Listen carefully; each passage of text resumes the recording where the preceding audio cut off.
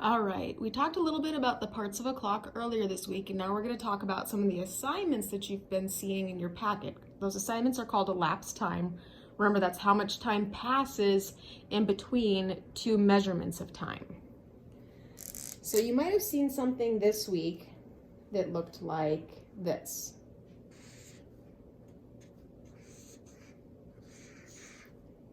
You're given a starting time,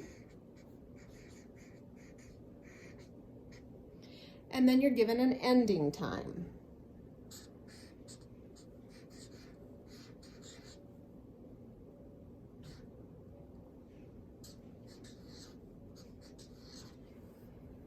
Now, the easiest way to figure this out is to use that timeline strategy that you've seen in your packets. Because what I want to know is if I started at 1:20,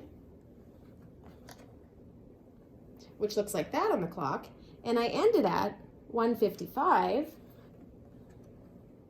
which would be that on the clock, how much time passes in between those two measurements? So first, we start by drawing our number line.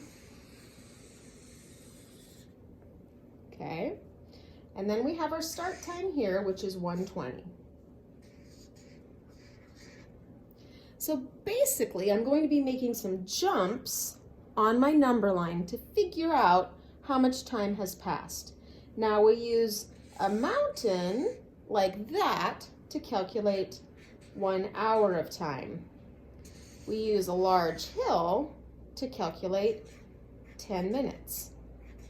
And then we use a tiny hill to show 1-minute jumps. Well, I can see that my hour isn't changing. So I'm really just going to be looking at my minutes. So I'm going to start with a jump of 10 minutes. I know that if I go from 1:20 plus 10 minutes, it will be 1:30. And I can use some different strategies to calculate that. I can just say 20 plus 10, which I know is 30, or I can count on 20, 21, 22, 23, 24, 25, 26, 27, 28, 29, 30. So I'm at 1:30. Well, 1:30 isn't quite 1:50, so I'm going to try another jump of 10.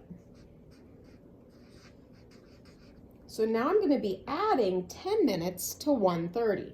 So 1:30 plus 10, or 30 plus 10, is going to make 1:40. Now, has that gotten me all the way to 55 yet? Not quite. I'm going to do another jump of 10, which would be 40 plus 10, which is going to get me to 1:50. Now, 1:50 isn't quite 1:55, but if I were to add 10, I would go too far. So this time I'm going to switch to my 1-minute jumps. So I've got 1, which would be 1:51, 2, which is 1:52,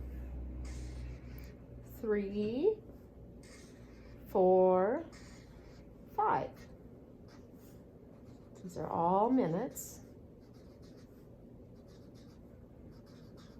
So 1:50 plus 1 minute is 1:51, 1:52, 1:53, 1:54, and then ending at 1:55. So now I have the correct start time and the correct end time. I just need to know the elapsed time, or how much time has passed.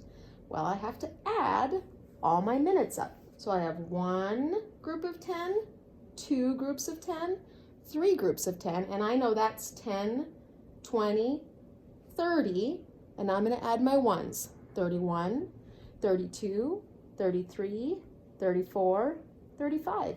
So my elapsed time would be 35 minutes, because I didn't have any hours inside of that elapsed time problem. All right, review this video as often as you need. We'll work on some more, a little bit more complicated elapsed time videos in the next session. Enjoy!